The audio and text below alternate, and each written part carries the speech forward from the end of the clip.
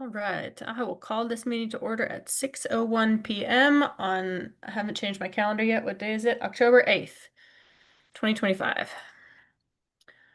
All right. Let's go ahead and get started. Sam, can we do a quick roll call Yes, Angel, here? Christine, Here. Violetta, Here. Terry, Here. Ray. Here. You have ascertained a quorum. Awesome. All right, let's move over to the Pledge of Allegiance real quick, if you wouldn't mind the flag.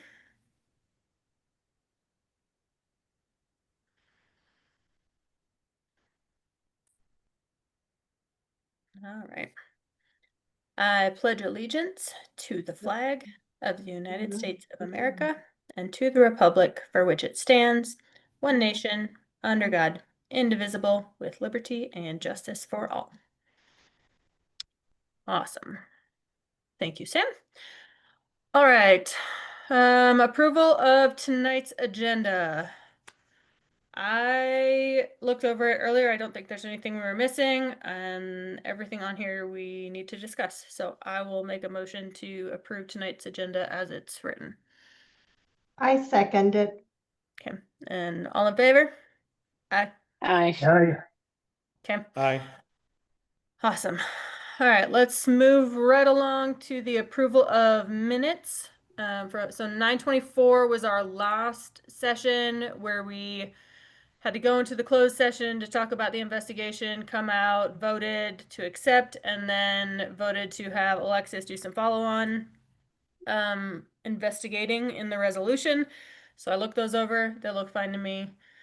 So any comments, questions on that one? Otherwise, does somebody else want a motion this time? I don't mind. But I looked it over as well, and they were all in Yeah. order and everything was there. cool. I motion that we accept the or approve the minutes of 9:24 and are we talking about the amended minutes too? So Nope, let's just do them one at a time. 9:24. All right. Comment on the other. 9:24. I Anybody motion we want to- approve 9:24 minutes. I second. All in favor? Aye. Aye. Aye. Okay.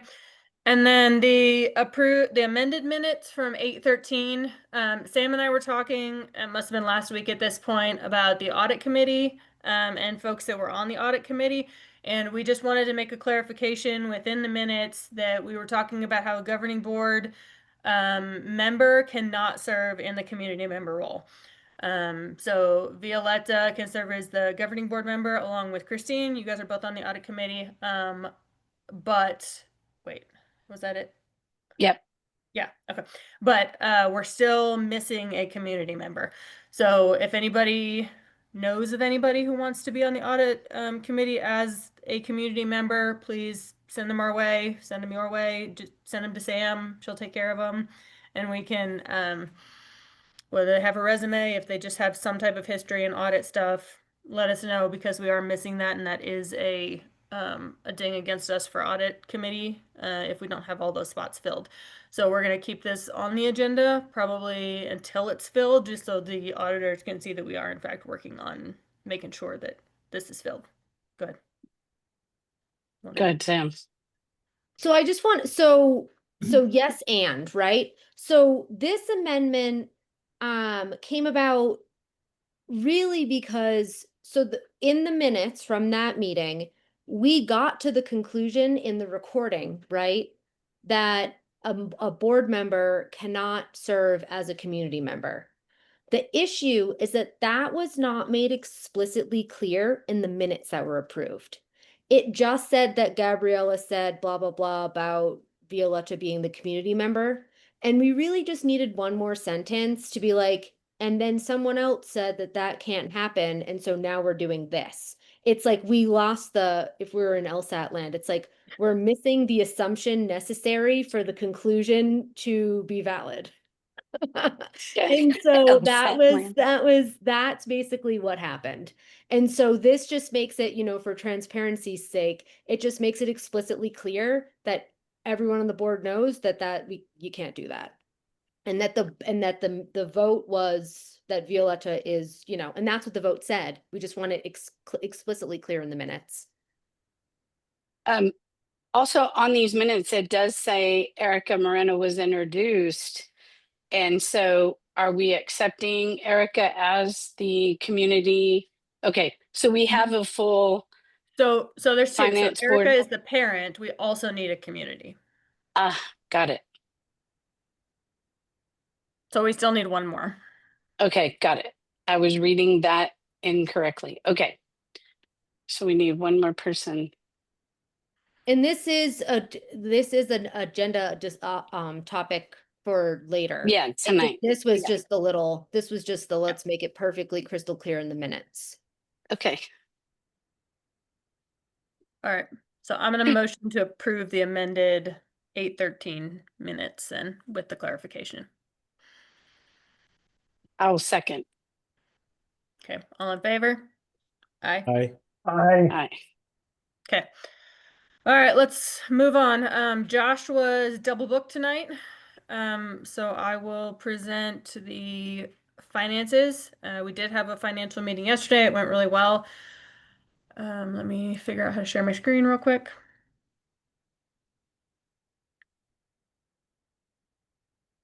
All right.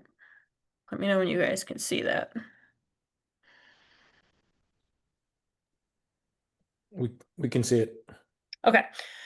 All right. So at the beginning of September, we had a starting balance of $339,438.14.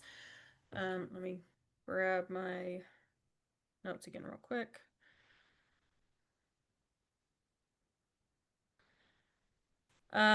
We had basically income of $930,660.01, and then our disbursements, our expenses were $772,355.79, which left our September activity at a positive of $158,304.22, and that combined with everything else that was already in the account puts us at $497,742.36. So we are building up that buffer, just like we needed to, and are well on our way to making sure we're on track funding wise for the rest of this year and into next year. We did have a couple outstanding things that were checks, payments, things that were just out pending still. Those should all clear, probably have cleared by now, but they will be on next month's bank reconciliation. Any questions about this one?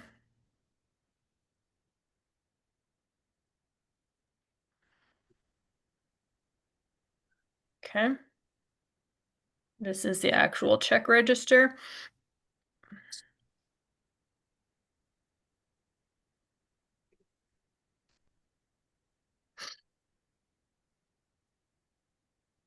So there weren't really any charges on here that were out of the ordinary, or that were unexpected, which is great, which means we're finally caught up enough to where things aren't falling out of the sky at us anymore. We did add a new section this month for our P card now that it's up and operational and in use. So we'll keep track of that on here separately, but just as equally to make sure we keep really close watch on that and making sure we're following all the rules with that. And then payroll still biggest expense for September at $258,479.04. Any questions on this one?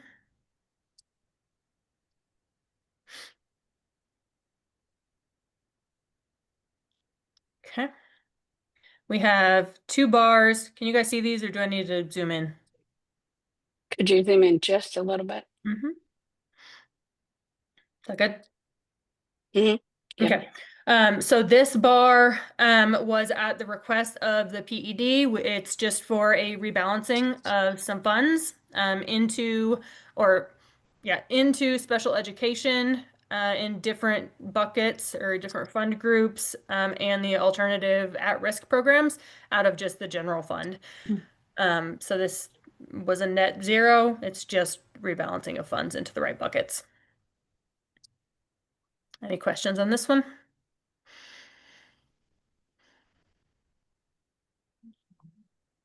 Okay. No. Move along to this one then. This one is for the Ed Fellows program at the school. We had requested this year to have 4 Ed Fellow positions, but we were only awarded 3, which is what we had last year. So it was status quo from last year. The amount did go down a little bit, but the PED this year decided that the Ed Fellows funding only includes the Ed Fellows salaries. It doesn't include the things like laptops. It doesn't include their stipends. It doesn't include the teacher mentor stipends. None of the other surrounding things that goes with the Ed Fellows program. So some of that funding will have to be absorbed into our normal budget, which we weren't really accounting for, but it shouldn't be a huge significant amount that will break the bank by any means. Any questions on this one? No? All right. Let me try to get to my other tab. Hang on. I don't like that bar is at the top. All right. So October forecast. So you'll notice in here that the revenue did decrease slightly due to the Ed Fellows one that we just talked about on the bar. There was a slight increase in payroll and benefits based on September payroll because we have brought in another person or two to help with some of the extra things going on around the school. So I think we had a custodian and was that it, Alexis? That wasn't there before? I'm pretty sure it's just a custodian because we hired the sped teacher in August. Yeah, okay. So as you can see, there's not a huge increase. So I think it's just a custodian for payroll and benefits. And then there was one electricity bill that was unpaid from last year that we took care of in September. So again, that should clean up everything that we don't know anything about, hopefully, and don't have more things fall out from the sky. There is a good news here where it says decrease. Working with Dustin and his team, they were able to get I don't know if it was the city or the state for property taxes. They waived all of our property taxes for our campus, which decreases our property taxes about $32,000. So that's money that we'll be saving that will help cover some of these other unexpected things like the Ed Fellows thing that we'll have to cover, but it's a good buffer. It just builds itself in and helps us out. So fund balance wise, we're sitting exactly, where we need to make sure that we have a healthy balance going forward. Cash flow, we are building up. If you look at the numbers for days cash on hand, we're building up until we get to February. And then from there, that's when our SEG money will drop based on actual enrollment instead of forecasted. And so then we'll start taking some hits there, but we will have saved up enough money in these first 6, 7, 8 months that we'll still be just fine finance-wise. So here's where we had the SEG difference. So you can see it going down, but our reserves will cover any decrease. I think the only other thing on here for accomplishments that we haven't already talked about is the renewal application was submitted. Sam, Alexis, I don't know if either of you want to touch on that at all. Alexis, do you want to, or do you want me to? Oh, I guess it's later on in Alexis's It's on the portion. agenda. Oh, it's not. Yeah. Yeah. So I'm gonna skip over it right here because there wasn't a lot in Josh's wheelhouse for that. So we'll let you guys talk about that later. Within the next 30 days, they're anticipating finishing the financial audit and the food audit, which we were so lucky to get this year. And then we'll be able to start reviewing some of those findings when they come out to figure out some additional next steps. Future items for the kitchen grant, we still have that kitchen infrastructure grant. I think I wrote in my notebook there's 165,000 left on there. So Alexis and I do have a meeting with the food services folks tomorrow to kind of come up with a game plan for how we can potentially use that funding, because we only have until June to use it, and if we don't use it, we lose it. So just things to start working through right now to make sure we don't lose that funding. And then future items for the other one is capital outlay, trying to figure out how we want to use that funding. From what I've heard, we have a cap of about 200,000, and our hands are a little bit tied because we don't have a lease purchase agreement for our campus. So there's only so much infrastructure work we can do. But one of the things we've maybe considered doing is getting some portables to put out in the back where some of the basketball courts are, to just give us some extra space, because one of the things we're hurting on is space, and you can never have too much at a school, I've found. So just trying to toss around some ideas. If you guys have any ideas of things that would be good for capital outlay, please shoot them my way, and we can certainly talk about that and do some more consideration, because I'm sure there's other things that I have not considered yet for capital outlay that we could potentially use that funding on. That capital outlay has to get put in, I believe, beginning of December. So we've got a little time, but that's all I've got on this. Any questions? Can the capital outlay include air, HVAC? Okay. I I know actually because don't know, but I'm gonna ask, because we do actually we're gonna need some more HVAC. so Um, adjustments on that, because I know there's a million units there that connect yeah, different classrooms, but if they could just centralize the HVAC system there, I okay. think that would be a good idea. Yeah, and that's one of the things as tenants we could technically do without too much additional approval, Yeah. just because they would have to get fixed. And we've done 2 of them already, and then all of the other ones have had maintenance done, but that's a good idea. Let me ask. And then the kitchen grant, just because I'm going through that similar process now, is it tied to specific items, or is it broad enough to be able to purchase anything that relates to kitchen and kitchen service? So, sort of, which is probably not the answer you're hoping for. From what I understand of it, it's only infrastructure. So you could do electrical, plumbing. If you needed to do some demo work to like create a Mhm. kitchen somewhere, you could. You can use it on equipment, ovens, big equipment, smaller things, muffin pans, those kind of things. But you can't use it for food itself, and you can't use it for like kitchen help at all.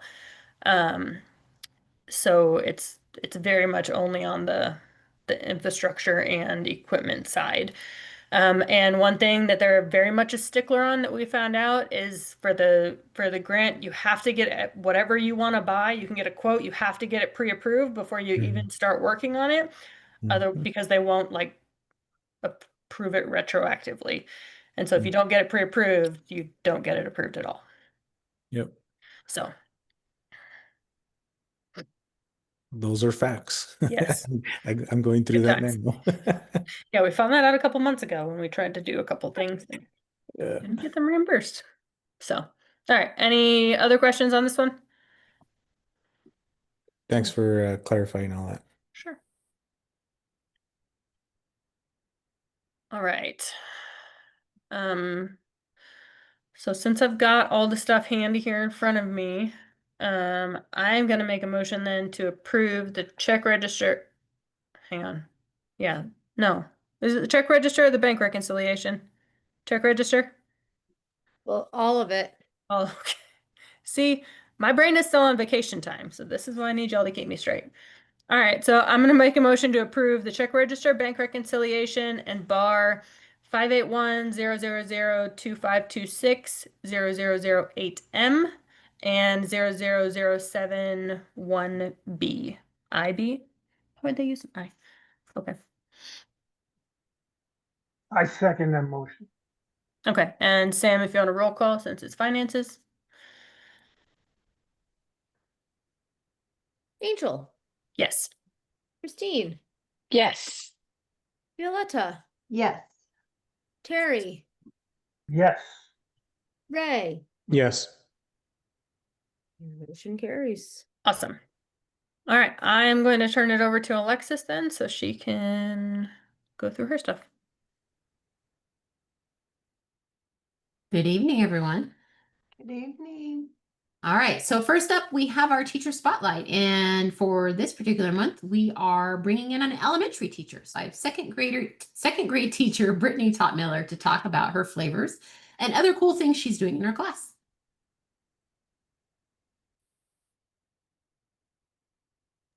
My second grade class flavors are Oh, the Seeds You'll Sow, excuse me, and The Great Garden Escape. So both of my flavors are based on plants and growing and the science behind it.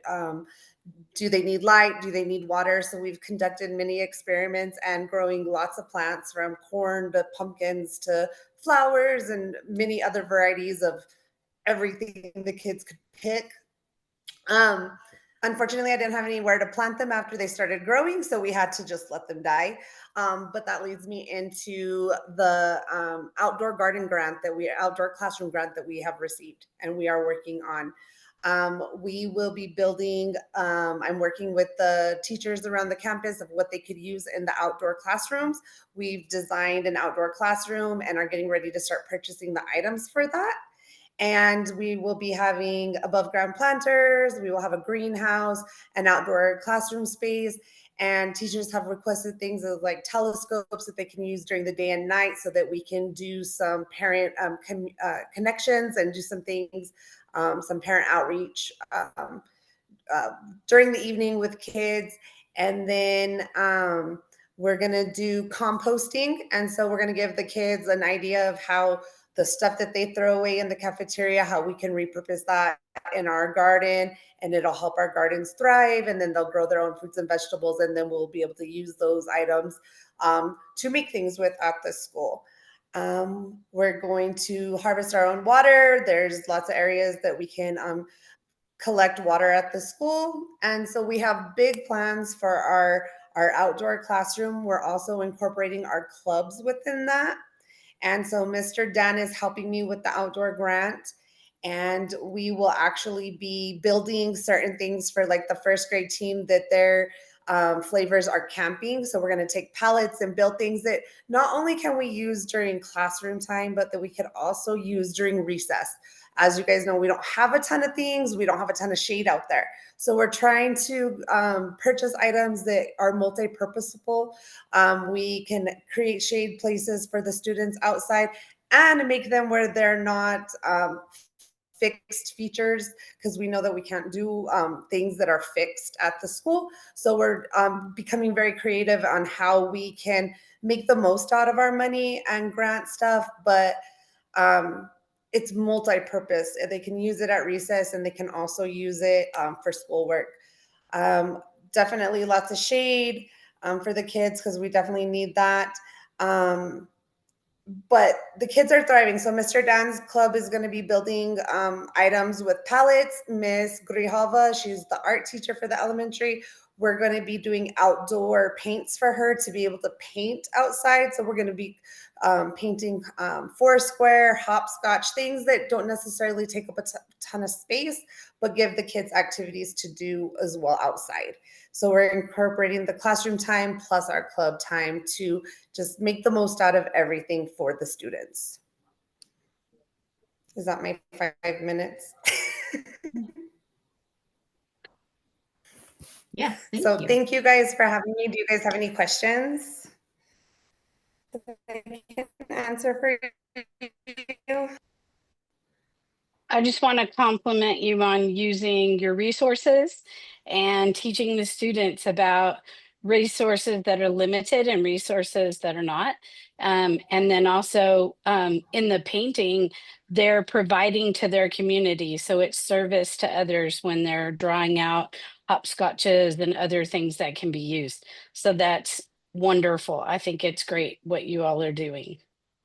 Thank you. Yes, thank you for your creativity. Definitely sounds like it's a it's going to be very beneficial, like Dr. Reyes mentioned. So just want to thank you because I know it takes work thinking through that and, and actually, seeing it through. So thank you for your dedication to the students there at Explore Las Cruces.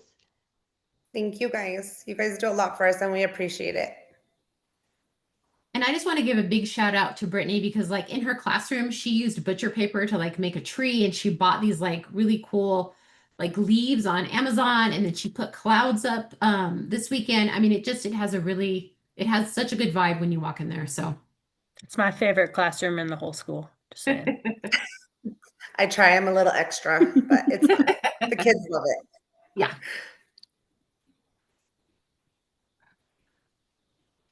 All right. Thank you, Brittany. Appreciate it.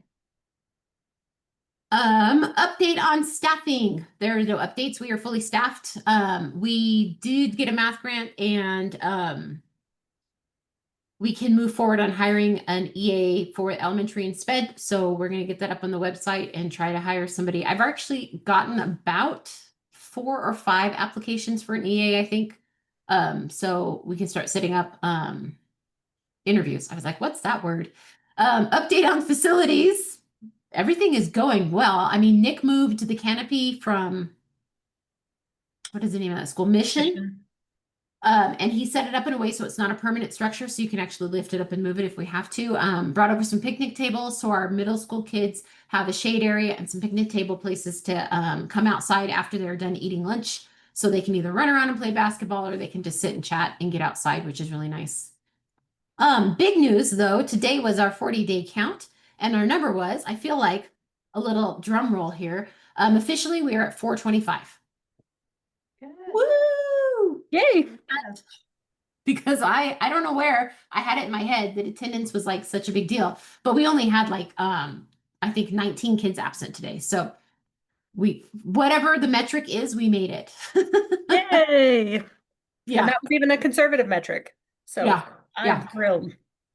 So talking about today, we had snow cones. And that was actually a challenge. That was a challenge to get 400 kids snow cones in just under 2 hours. We were pushing it. I actually had to send out a voice thing to everybody and say, we got to push dismissal by 10 minutes because we're not going to make it. So I think we've served our final snow cone at like 2:26. That's awesome. I was like, oh my goodness gracious. So that has been good. Challenges continue. I mean, for me, continue to be like time wise, right? Like finding time to get all the things done in the day. I feel like tech is still a challenge. We still need to get a firewall. Getting people to kind of work with a sense of urgency. It's my same complaint, right? People do not work with the same sense of urgency that I have. So waiting on a quote on the firewall.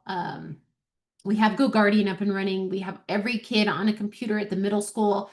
Teachers, Google Classrooms are up and running. So we have that piece down. The elementary teachers have their carts. So they're not one-to-one, but each grade level has about, I don't want to lie, but I'm going to say maybe 15 to 20 computers that they can utilize. So I would say, in the grand scheme of things, I would really like next year for us to be able to purchase computers so that middle school kids are one-to-one and they are with a school provided computer and that middle school has at least a full set for each grade level team. I don't know if we're going to be able to do that, but that would be kind of what I would hope for. Successes as well. We tested something like 100% of our students in iMesa at the elementary, and I want to say we tested 99.6 at the middle school. So we hit our metrics by far. Some areas we can clearly see we have some work to do. One of the things for at least middle school is how do you communicate to students what those scores are and how do you make it relevant to them? So I have we've kind of talked about it a little bit, and then I have the teachers kind of thinking through like how would we roll this out? And how do we make it meaningful, not in a way that we're trying to be like, hey, you got to do better on your test, but like the stuff that we're doing in class means something. And then you should see that in your test score if you take that test seriously. Because of course we have kids who just click through the test in 5 minutes. So I'd like to I don't know, set up some sort of incentive for not reaching proficiency, but just growth, right? Can you show growth through the year? So that's something we're kind of working on right now. I haven't had a chance to look at Amira data, so I don't know what that shows yet. Attendance improvement plan. I actually have a meeting with Sam tomorrow to work on that. So it is our continuing work in progress. I think we got like the tier 1 piece done. I think once we sit down, it'll knock through. So I'm not too worried about that. We have until the 31st, but actually we only have until the 29th because I'm out of town the 30th and 31st. So and then charter renewal. All thumbs up, claps, hands, applause, go to Sam for getting that done. We got it submitted on time. We made the signature page literally by the skin of our teeth. We were calling people on Wednesday, being like, I need you to sign this. Can I text you the link? I need you to sign this. Can I text you the link?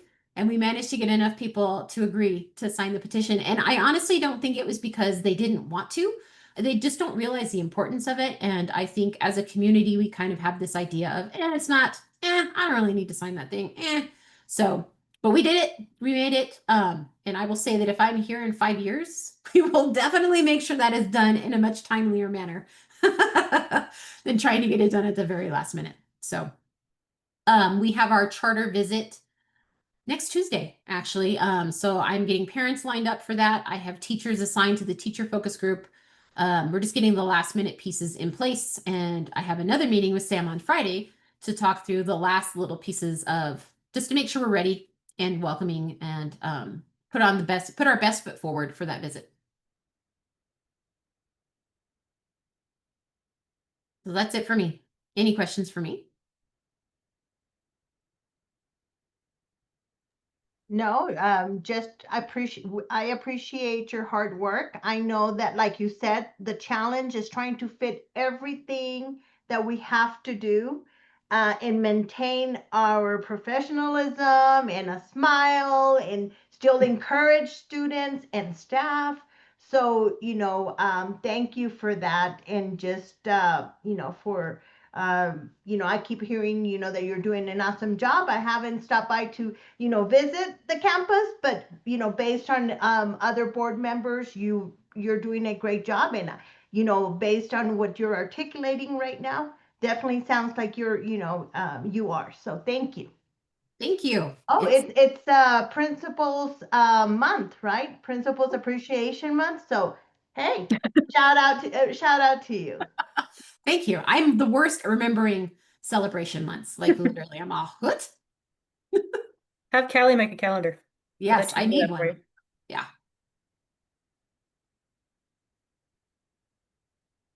No, that's awesome though. I'm really excited. We exceeded our goal. I think this is the first time in the history of our school that we have actually met and exceeded the projections. So that's awesome. Very excited about that. Anybody else have anything? Otherwise, we will. Yes, Sam. I just want to add for the charter renewal. So you'll have your visit on October 14th, right? Is that what you said? And Yes. then to just give everyone kind of like the timeline of what happens after that visit. So you'll have the visit, and then within 2 weeks, the Charter Schools Division will write what they call the preliminary recommendation, and will provide preliminary ratings based on what they were able to codify as evidence based on what was written in your renewal app. So they basically read your renewal app, they triangulate that data through various focus groups, and then they codify that data, and based on what they collect and can codify, they provide ratings.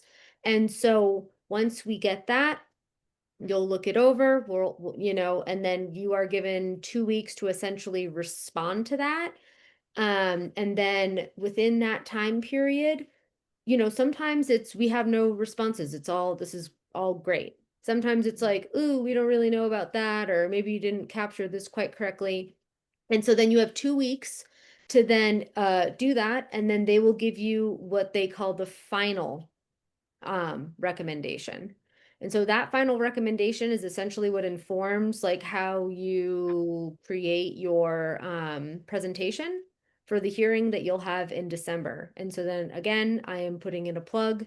Mark your calendars for the date that we don't have yet, which you will get during your site visit. So that, you know, board participation, board, you know, just being there and showing up, it's far away.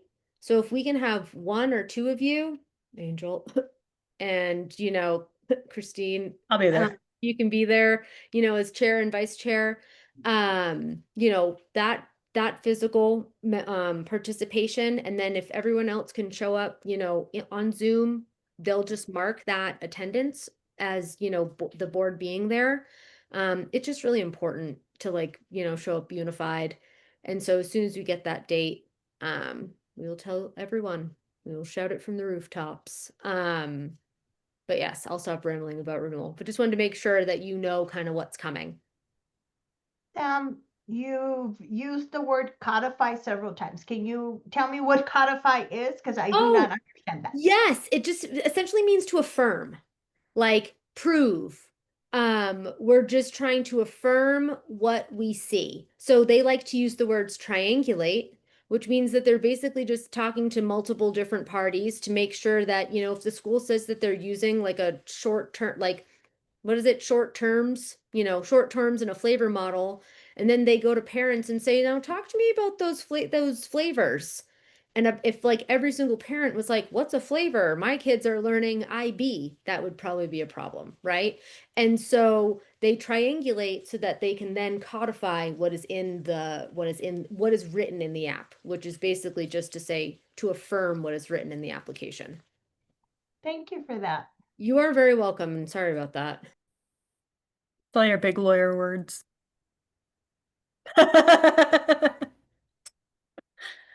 Awesome. All right. Anybody got anything else before we move on? No? All right. We will move over to governing council business. So first one on the list, audit committee community member, which we already discussed. We still need one.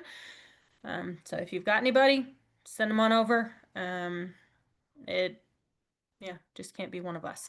So we just need to find somebody pretty expeditiously because we can't get dinged for not having one. So I will leave that there. Next one, water safety policy. The link that was on the agenda went to a template for it, not our actual one. Our actual one is located in the student handbook at the very, very end. So if you have access to the student handbook, Sam, do we have to vote on this today? Yes. Okay. The policy? Mm-hmm. Yes, for it to officially, because I would consider what's in the handbook right now penciled in. For it to be penned in, it needs to be approved. Okay.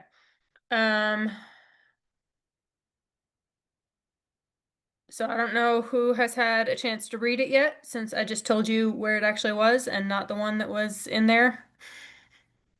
I don't want to make it a habit of reading things in here. Sam, do you want to go over it? Or Sure, and I did change I think the only thing that needed to be changed was the name of because it came from it was a template from another school. And so Okay. it does say Explorer Academy Las Cruces now.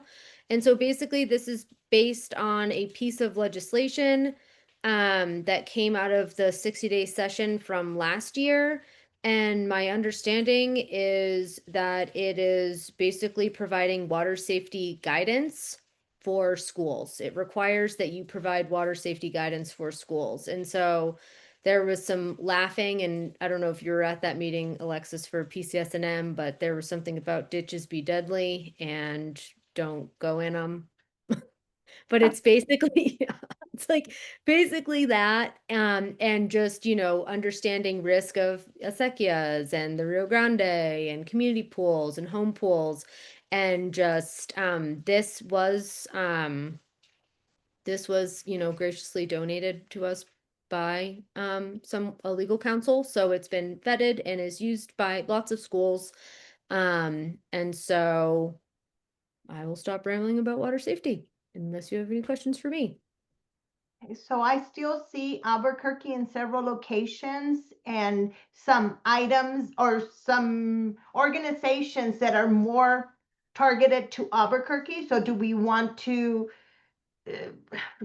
unless we know what's available, like the, so yeah, so we need to change Albuquerque in some of the locations that service only like the Albuquerque area, like the YMCA of Central New Mexico. Yeah, and those are all in the one at the very end of the student handbook. So all of those resources are outlined there in person and online. So we'll just have to transfer those So over really yeah, soon. so I'm looking at the student handbook directly, and Mhm. those Albuquerque resources are not in the student handbook. That if you're looking at the one on the agenda, it was the sample that was vetted and then it was adjusted to put into our student handbook. So it's on page, if you click the link to the student handbook, go all the way down to the bottom, keeping our kids safe, and then it says essential water safety. And I think, hold on, if I can get the page number, I will tell you. And I put the link to it in the 69. chat as well. In the Yeah. chat? Okay, thank you. Yes, that would Okay. be Yeah. helpful. So you're right. I read the other one before the meeting, and Yeah. then when you said the one in the handbook, so I went and looked at that one, and so the errors have been, or the information that's local has been adjusted. Mhm. Okay, and I'm sorry, what was that page again? So I can. 69, way at the bottom. If you just Okay. scroll down to Yeah. the bottom and then up 3 pages, you'll be right there. Yeah, there you go. That's what I did. All right. And I went looking at the subsections, and then I was like, it's got to be under safety. So, Yeah, I but don't. thank you for the work on that, Sam. It's a requirement, and now we have it. Yeah. I would thank Alexis because all I did was beg for a policy and then she actually changed. Thank you, She Alexis. actually changed it so that it's relevant for your school. Thanks, ChatGPT. Mhm. I was gonna say, I don't think there's anything else that I would want to add. It's pretty encompassing for water Yeah, safety in general and then all of the things in our area. a lot of things.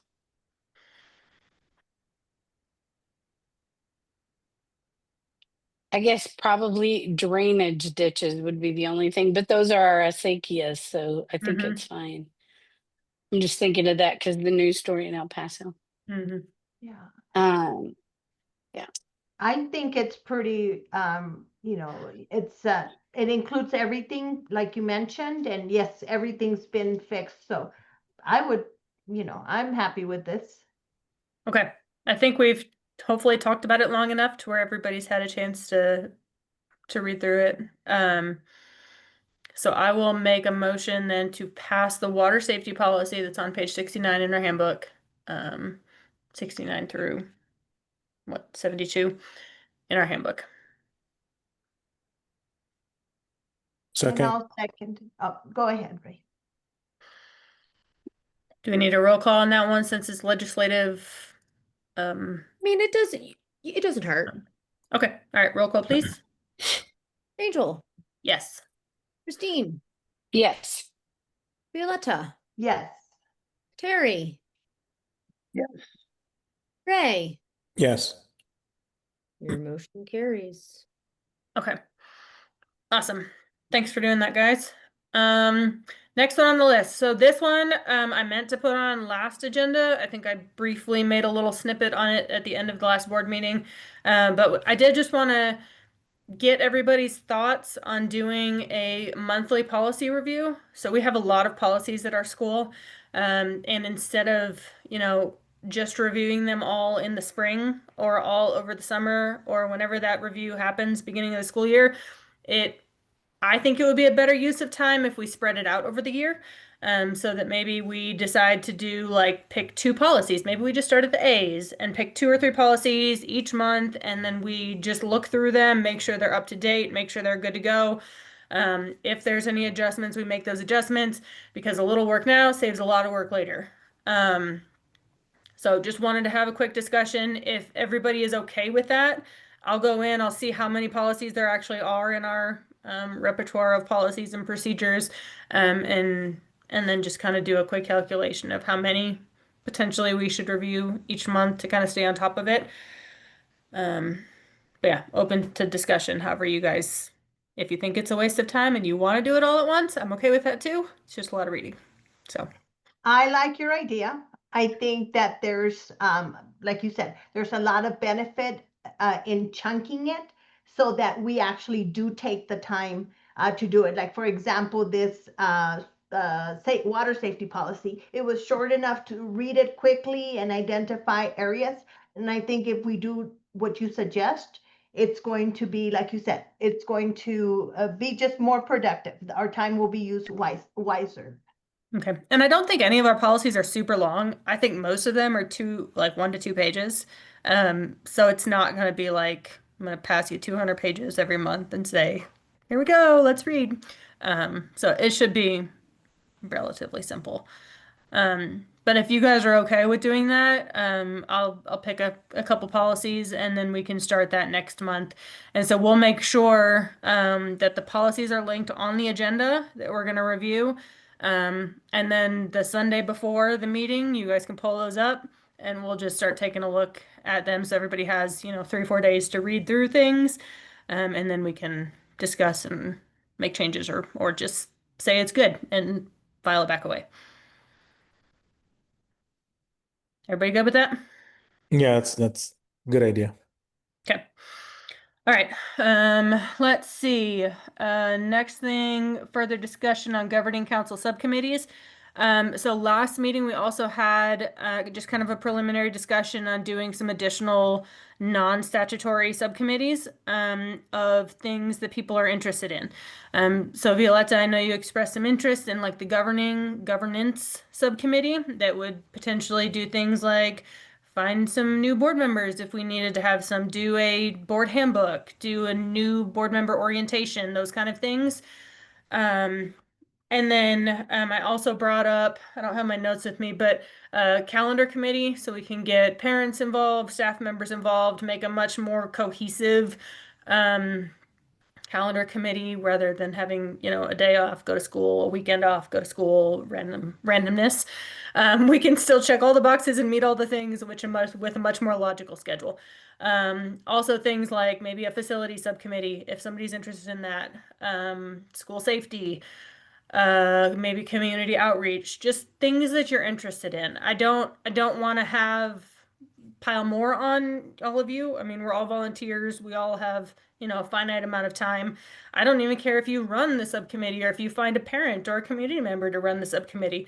And just, participate in it and maybe report back to the board when you have a meeting. I'm not going to say you have to have monthly meetings or quarterly meetings or maybe just like one a year. Maybe like the calendar committee is twice or 3 times in the spring and that's all you're ever going to hear from the calendar committee.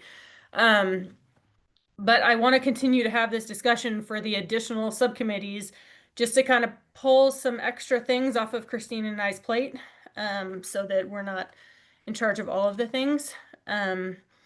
So if there is something that you guys are interested in potentially creating a subcommittee for, none of it has to be voted on. We can talk about it in here and just kind of codify it in the minutes as something that somebody wants to do, but it's, again, not a statutory requirement, so we don't have to like assign people to subcommittees that I make up. So I'll leave it open kind of for discussion if there's any other, thoughts behind that. Ms. St. Joy, I just want to say thank you for having that forward thinking. Like you said, it's a lot for 2 people. That is what a board is meant to do. So thank you for bringing up those ideas. I think they're really good. And one place to start is really identifying what are the needs and what you guys have been doing and subdividing it. So wonderful idea. So I'm for it. The committee that I volunteered for, I definitely I'm still interested and I will move forward with that. Yeah. Okay. And if you want some help, just, with some further direction on what that potentially actually looks like, Christine and I are more than happy. Sorry, Christine, I'm volunteering you.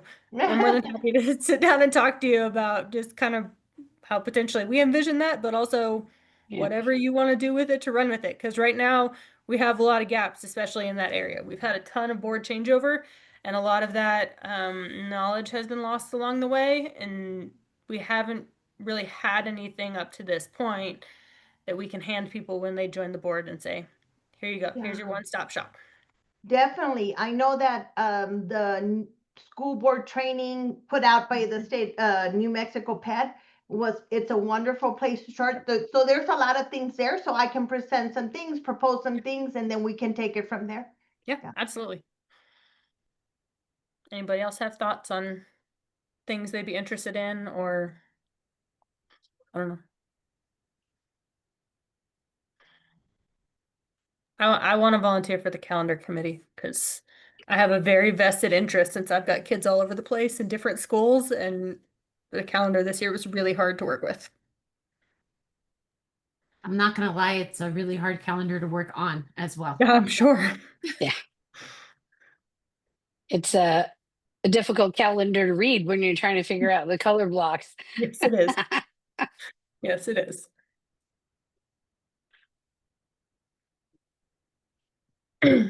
And again, not saying everybody has to take a committee.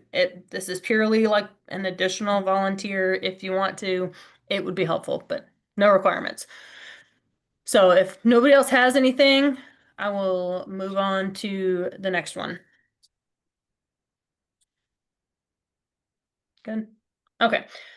Next item is the new PEC initiative. So this is the second initiative that's come out from the PEC. The first one, we had applied for, it was a $10,000 grant essentially to use some of the, extra funds, for lack of a better word, that the state gets every year and doesn't spend on schools, SEG money or other money. So they have this whole bucket of money that they will provide grants for schools that have risk indicators in their frameworks. So the last one we had applied for, we are planning on using once that's awarded for an HR person that has been helping Alexis already. We're just waiting for some of that funding to come in and be awarded. But this is the second opportunity for that to go around. So we just need to put in for that, grant as well. And so wanted to talk to y'all real quick. I think talking with Alexis, I think our best use of that money is going to be on some CPO training and mentorship for our new CPO. We have a lot of at-risk indicators for our finances. I mean, I'll just lay it out there. We all went through the last, 6 months or so. And so we know that there is a lot of things that we need to fix still, and we've gotten a lot better. We've put a lot of things in place. But I think helping out our CPO, making sure she is very, well understanding of all the material, that she has good mentors, etc. And we can very specifically tie that to some framework indicators within what we were given. And so that would be I'll say vote loosely because I don't think we actually have to vote on it. But that would be where I would want to do the grant unless somebody else has some additional thoughts. It should be for, I think, another 10,000 that we can use for something, but it does have to be tied to one of our indicators, which are mostly finances. I think, Sam, were there any that weren't finance related? I'd have to go back and pull it up. No, I don't. I think they're mostly, but if I remember correctly, don't you all One. have to fill out a survey? Yes, but I have to get the idea to put in the survey, and so I just want to make sure we're all on the same page. Yes. Oh, no, your Yeah. financial indicators and your performance framework Yeah. are a sea of red. Yep. Yeah. It is definitely, yep. Mhm. So I meant to send an email out to the board and say, if you look at this survey, which items do you think are less than 4 or 5? And then one of us has to submit the survey, not all of us. Right. And so I think everyone got the survey from Miss Brown. And then I meant to do that last week. I apologize, to say, take a look at those. And then I think we're in a good place as a board right now. We know what's happening in our school with our board. Anyway, And that was part of it. That was part of the survey that we need to, if you see anything that's like less than 4, then we need to know which one it is. But otherwise, I think they're all questions about how involved the board is on finances, on needs for the school, and questions like that. They're pretty open-ended, but you're right. We do need to say where we're, one of our indicators are and where we would use that money and how. Yeah, and I don't mind submitting, putting all the words to it, and then submitting it, if we're all kind of in agreement that we can use funds to make sure that our on-the-ground financial knowledge and our board knowledge is more robust than it ever has been. So that survey, I guess my thing is, I don't recall the survey. Maybe I did look at it. I It don't know sounds if it went to maybe everyone. familiar. I Oh, think it okay. probably only went to the chair and the vice chair, if I had to guess. Maybe. I don't know. Yeah. I'd have to go back and look at it. That's a good guess because I didn't get it. Yeah. Is this one the one from Ms. Should have been Brown? from Melissa Brown, I think was her name. Indicators of success survey. Yes, I think so. I got it. John, maybe you two aren't on the mailing list yet. I think she sent it to, I'm looking at the email now. Sorry, I don't mean to just barge in. Oh, you're good. But it looks like she just sent it to the EALascruces.com. So violetta.paxton.board. I don't know if that's your actual one for the school or not, but that's what she used. Yeah. Yes, I do see it now here, and that is something that I had, yes, I did look at it. Yes. In our busy lives, who knows, right? Yeah. So, Couldn't even tell you when it was sent, but yeah, yeah. all right, but I don't mind filling it out if you guys are good with that. And if you're good with the reasoning behind it, I'll pull the right financial indicator from the list, and then we can use those funds to CPO training and mentorship, which will only make us as a board better because it covers all of our bases for finances and procurement. Mhm. Yeah, I would be okay with that. Okay. Terry, Ray, thumbs up, thumbs down. Okay. Awesome. All right, I will do that tomorrow then. I don't know if there was a deadline on it. I'll have to go back and pull up the email. All right. Student handbook. I looked back at the last meeting minutes for when we initially discussed it. It looked like there were 3 things in the student handbook that were still kind of out there and pending. It was the cell phone policy, the discipline matrix, which just needed to be cleaned up, which it looked like it was when I just was scrolling through it, and then the dress code. So Alexis, I'm gonna let you just kind of talk to any changes that were made, so we can approve the rest of it. All right. The only change I made was one of the concerns we had to do with outerwear in winter and kids wearing non-Explore. So it officially said students must include an official Explore Academy t-shirt or long sleeve shirt as a minimum. Explore Academy outerwear may be layered on top as weather requires. So we have never actually done a really good job of enforcing this as a rule. So I'd like to add, if official outerwear is not worn, just a plain hoodie or jacket without logos or designs is an acceptable alternative. So as long as they have an Explore Academy t-shirt on, then as long as a plain jacket, I just don't want to see, like, one of the issues we're running into is like hoodies with a whole bunch of stuff on it, right? And with words and also like, no. And another issue that we're running into is like wearing an Explore Academy hoodie, but then underneath we're wearing like maybe a tube top or, or a really low cut shirt. So enforcing the rule is you have to have at least an Explore Academy t-shirt on. The thing that comes on over it can be a plain hoodie or a plain sweatshirt or something like that, but it needs to be an Explore Academy t-shirt. So that's the change that I am suggesting. So are these t-shirts, they have to be purchased by our families or does the school provide them? We have been providing like I think one per family. If they need more, we have plenty. I've been handing them out like cupcakes this year. But they are normally purchased by the family unless they fill out a hardship survey, and then we give them between 3 and 5 shirts. Okay, so I'm sorry. So they are purchased by the family, but you also provide them if they request it through a waiver or, Yes. okay. All right. Yes. And has it been shown? I mean, how many waivers are we getting? Like historically, what does that look like? Can our families afford that? Because if we're going to mandate it, then we have to consider the cost. Let me look really quick because somebody did actually share with me. They shared with me the computer one, which I think we still use for t-shirt one.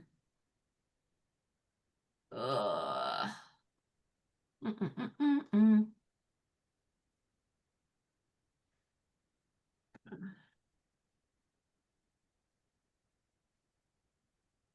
I may not be able to get you an answer because I can't remember. I can't remember the name of the spreadsheet. It looks like it says $12 apparel fee. That's about It- right. Yeah, and like we honestly did not. We started selling them at the beginning of the year. We decided we weren't going to sell them. People could get them through Amazon or Ragged Apparel. Oh, here we go. No, that's not it. But on like I've had some new families come in and they were like, we ordered the shirts, but it's going to take some time because mom had to wait for a paycheck, and I've given them like 3 or 4 shirts. So I mean, we have quite a stockpile of shirts, and I don't mind handing them out to whoever needs them at this point in time. But I'll look up that information and have it free for the next meeting because I can't for the life of me remember the name of the survey.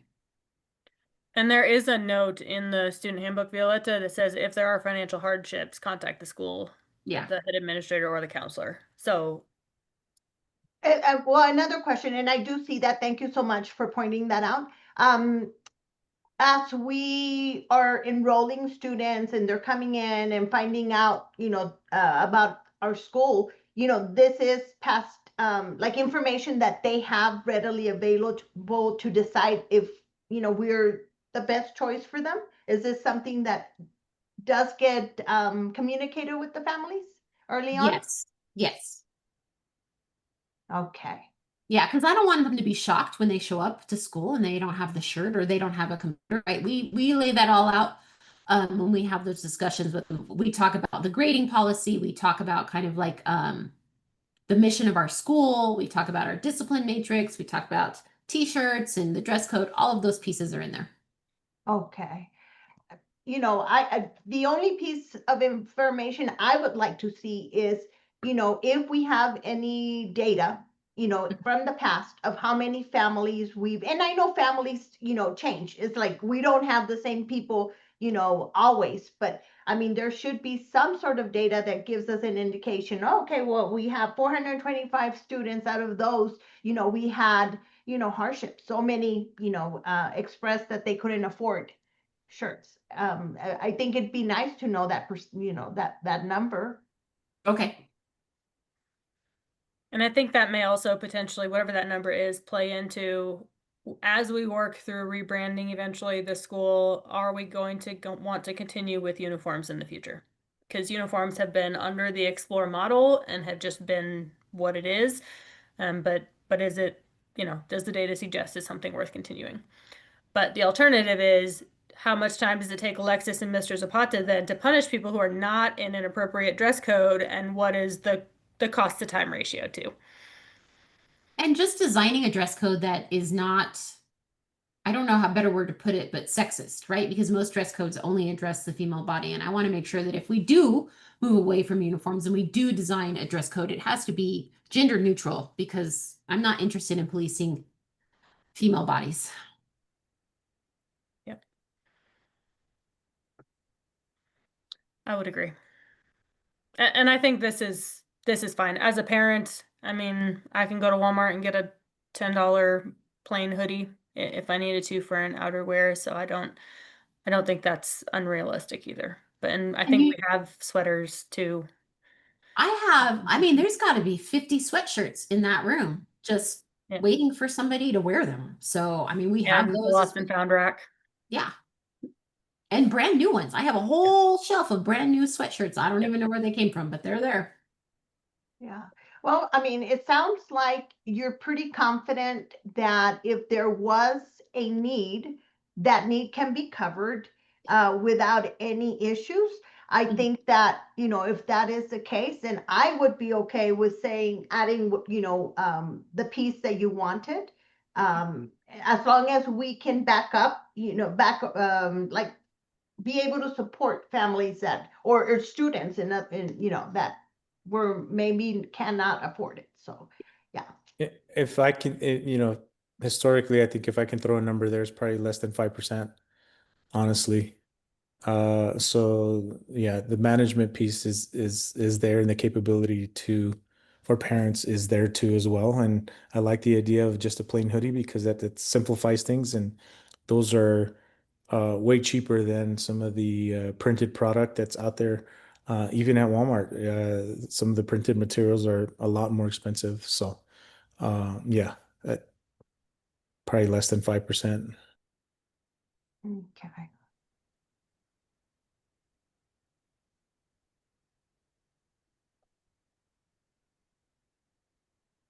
All right. Any other questions on those? I think the cell phone policy, it was just cleaning up some verbiage, and then the discipline, you went through and did all the black boxes just to make it easier to read. So There was one more open comment about the bus, and I added something to Oh, it right. today. I have talked to Jaime, and I've also emailed Herrera about the GPS app because that was one of the things that was part of the contract. I have not received an answer on the name or when it will roll out. So, All right. Christine, that may be something you and I have to tackle because that is in their MOU that they signed with us at the beginning of the year. It's not, a huge thing, but if you are neglecting portions of your contract, who's to say you're not neglecting other things that we aren't actively focusing on? So, let's talk maybe tomorrow and we can come up with a game plan. Miss Angel, I have a question, not to be nitpicky, but when you say verbiage with the cell phone policy, what are some of the things that were cleaned up or I don't know. I don't even know where I put my notes from before. I saw there were a couple things about taking out high school, that were just making it a little more generic just to school students, instead of high school because, I think the policy last year was focused more around the high school campus, middle school and high school. And so this just made it a little more encompassing of the campus as a whole. okay. So I'm just looking through the handbook right now. I'm trying to find it as you speak, Yeah, just so that I am I too. can quickly just look at it.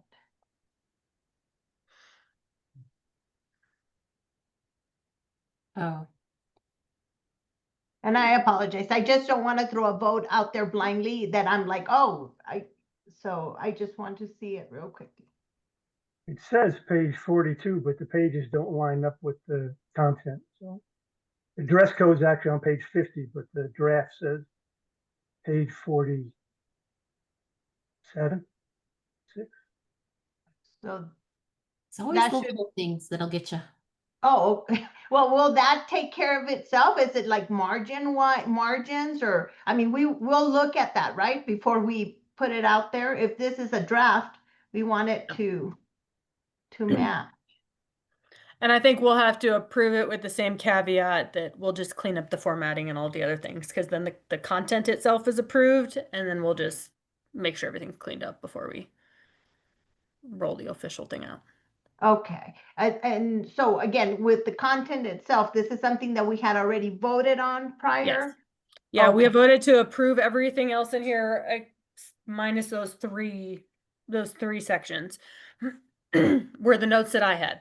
But again, I can't find my actual notes because I didn't give myself enough time today to go digging around things. So the wireless communication one starts on page 45, and then underneath it, you Thank have you. the policy statement. Okay, because I'm like scrolling through here and I'm like, I can't find it. Yeah, I had to control F. Oh, Oh, You're- that's why, that's because the fine. wireless communication devices isn't added as a header. It Yeah. just, policy statement is. Oh, right.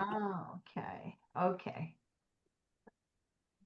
Well, and it does say as a document, the handbook is subject to change by administrator or any time updates during school year will be notated in blue, I think is the.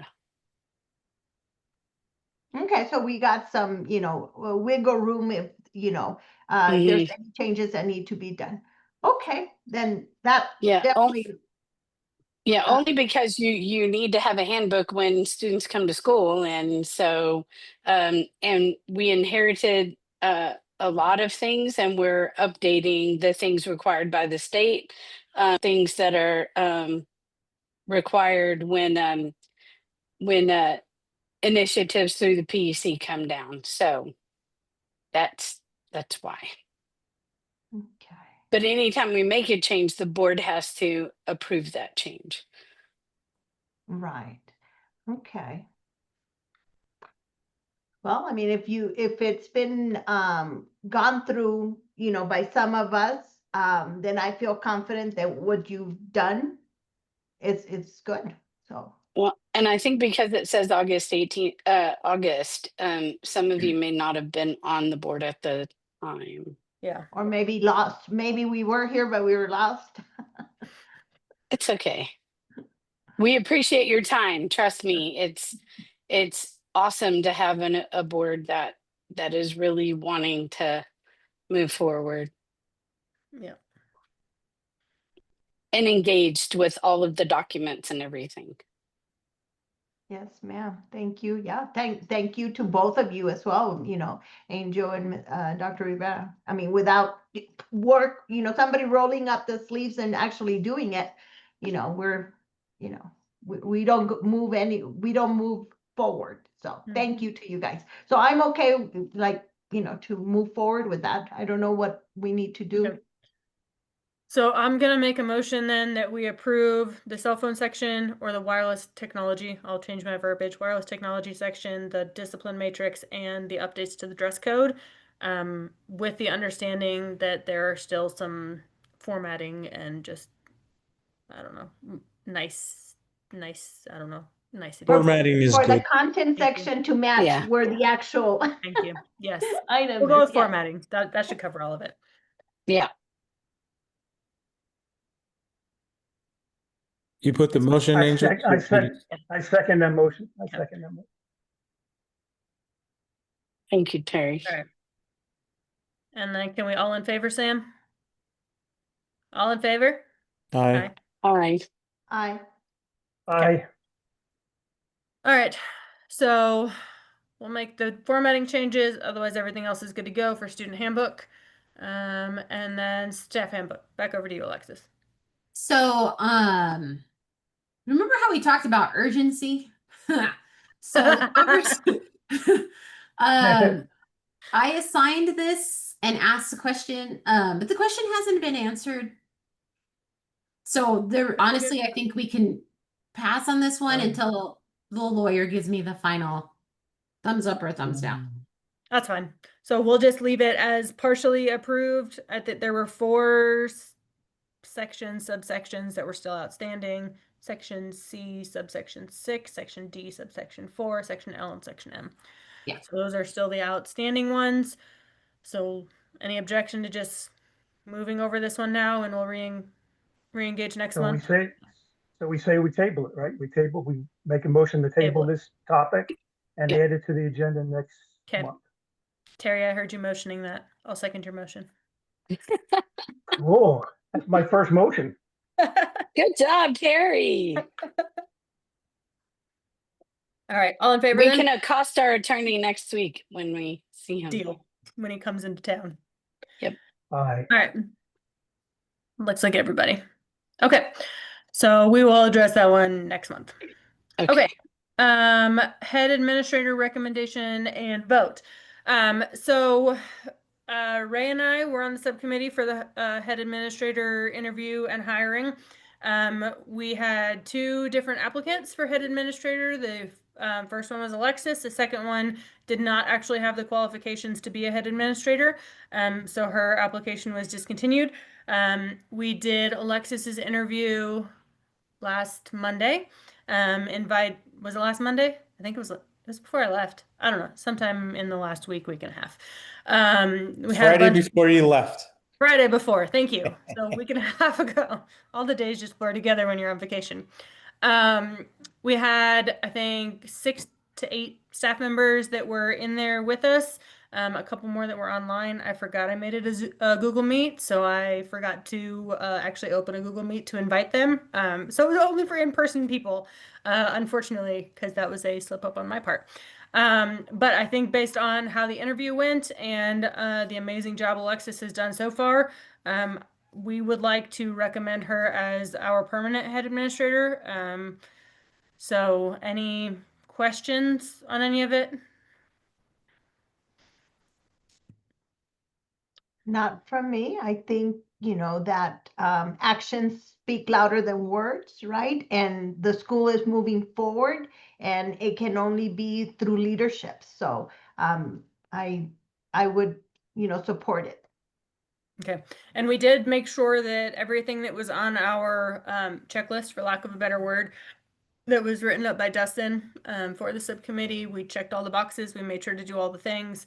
So job posting was out there for almost a month. The interview and all the formal things behind the scenes were all checked off.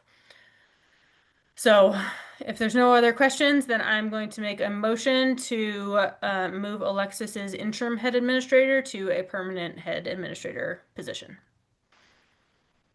I would like to second that. Awesome. Sam, can we get a roll call on this one, please? Angel, Yes. Christine, Yes. Violetta, Yes.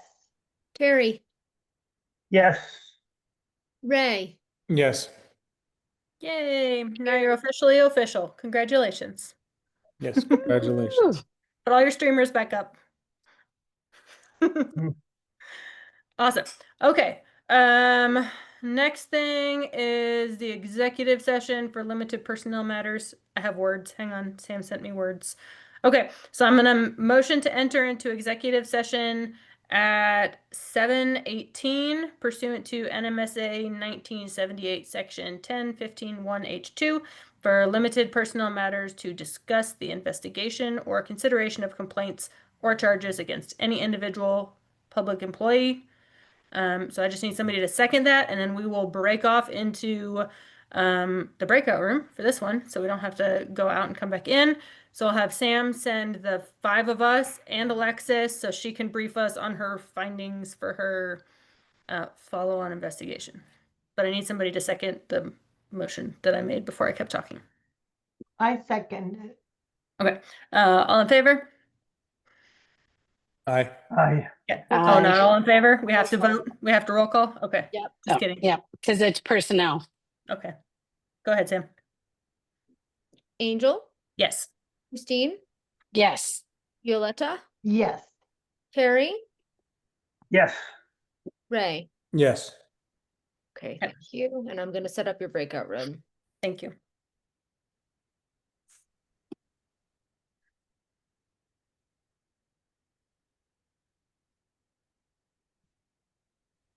Oh, and I'm sorry, while I'm doing it, this is rhetorical, but just for the minutes, are you inviting anyone in to your? Alexis, because she has to brief us.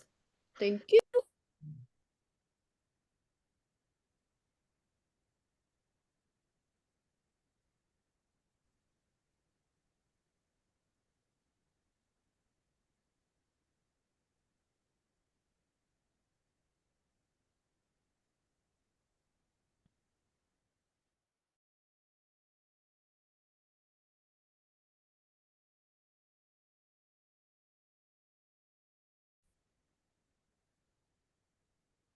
All right, so we have returned to open session at 7:53 p.m.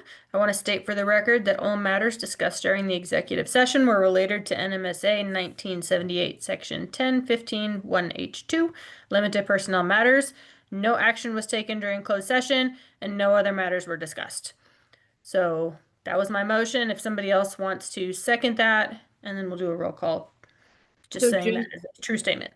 Just for the minutes, I'm being nitpicky, but it's it's not a motion per se. It's like your state, so it's just a statement of A closure. statement. Okay. Yes.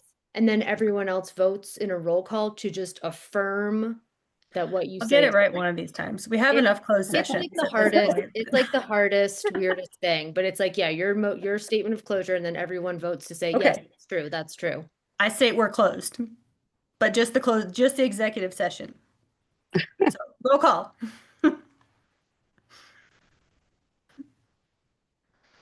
Haha, that's me. Angel, Yes. Christine, Yes. I almost said Alexis, but that's not true. Ray, Yes. Terry, Yes. Violetta. Yes. Okay, that affirms your statement is true. All right. And now I will make a motion to adopt the findings that Alexis briefed everybody on in the executive session. Is that it? That's all I have to say? I believe so. Just to Okay. adopt and accept them. Yes. Adopt and accept. And I second to adopt and accept the statements. Roll call, please. Sorry, just for the minutes, you were adopting and accepting the investigation findings, and that was Correct. Angel and Violetta? Yes. Mm-hmm. Correct. Thank you. Ray, Yes. Christine, Yes. Angel, Yes. Terry, Yes. Violetta. Yes. The findings have been accepted. Awesome. All right, well, that was the last thing on our governing council business.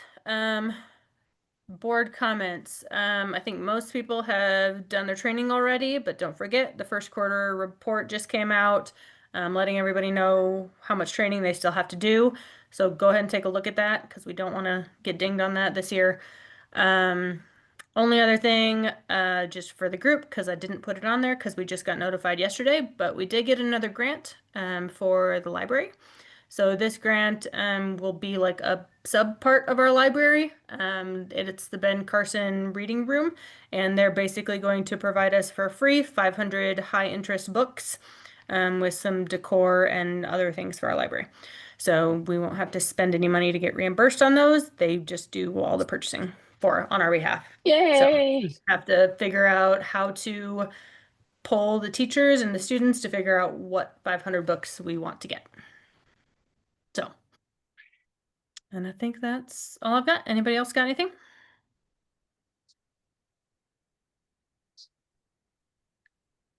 No?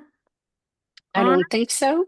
cool. Well, I will adjourn. That's the word I'm looking for. Adjourn the meeting at 7:57. Don't forget, our next meeting is Wednesday, November 12th at 6 p.m. Same bat channel. A friendly reminder that I will be at a renewal hearing that day, so Yep. Alexis will be your Zoom Master. master. But you think, still get to do the what is agenda, the right? You just word? won't be here that day. Pardon? You still do the agenda. You just won't be here that day. Oh, yeah, I'll do Okay, other all right. things. I I'm just just wanna not make gonna sure. be here to do the Zooming. I just Okay, want and to do- then Violetta, we may have to brush you up on taking minutes if you're good with that. Yes, 'Cause please. somebody will have to take I minutes. will take any help that, yeah. Okay, unless you're gonna watch the recording, Sam. I guess that's I up was to you. gonna say, we could also just make sure that it's recorded and we can get the minutes done for you. It's a lot of watching, Okay. but okay. So Thank you, totally, Sam. but Violetta, we're gonna let you make that call. You just let me know. Well, But I I'm don't want to happy to put do any more on you, but I will keep it the way it is with the. Oh, yeah, no, just send yeah. You don't even have to send the recording to me. I know how to find the recording. So we're good. We're good. I'm happy to do it. All right, disregard minutes then. All right. Thanks, guys. Sorry it went long tonight, but I appreciate you sticking with us. Thank you all. Thank you, Thank everybody. you.